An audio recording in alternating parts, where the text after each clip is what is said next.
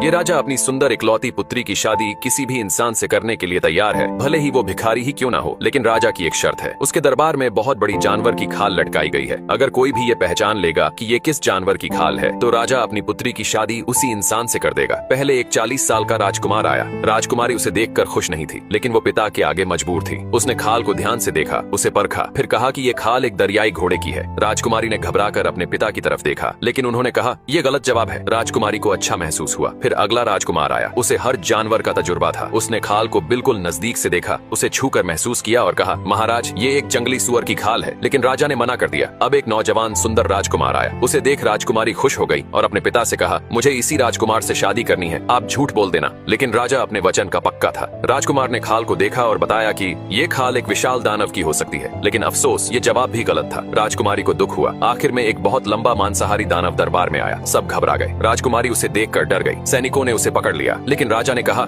ये जवाब सबके लिए है, कोई भी दरबार में आकर जवाब दे सकता है। दानव को हर जानवर की नस नस पता थी, क्योंकि वो मांसाहारी था। दानव ने खाल को केवल सूंघा और बताया कि ये खाल फ्ली जानवर की है। राजकुमारी डर गई। उसने अपने पिता की तरफ देखा। राजा हैरान हो गया, उसे बहुत पछतावा हुआ। राजकुमारी रोती हुई वहाँ से भाग गई। दानव ने सही जवाब दिया था। राजा का एक जानवर था जिसे वो बचपन से पालता था। धीरे धीरे वो बड़ा हुआ, लेकिन एक दिन उसकी तबीयत खराब हुई और फ्ली जानवर मर गया। ये खाल उसी जानवर की थी। अगले दिन दानव राजकुमारी को लेने आया। वो बहुत डर रही थी, लेकिन मजबूर थी, क्योंकि दानव अब से उसका पति था। वो राजकुमारी को अपने घर ले जाने लगा। वो एक जंगल में रहता था, लेकिन राजकुमारी थक गई और नीचे गिर गई। दानव उसके पास गया, उसे उठाने लगा, लेकिन वो अब चल नहीं सकती थी, जिस वजह से दानव ने उसे अपने कंधे पर बैठने को कहा। दानव राजकुमारी को कंधे पर बैठाकर एक खड़े ऊंचे पहाड़ पर चढ़ रहा था, क्योंकि चट्टान के ऊपर ही दानव रहता था। राजकुमारी उसका घर देखकर घबरा गई। उसके घर में केवल हड्डियां ही बिखरी हुई थी, क्योंकि वो मांसाहारी था। अब राजकुमारी की जिंदगी नर्क बन चुकी थी। वो बिल्कुल भी खुश नहीं थी।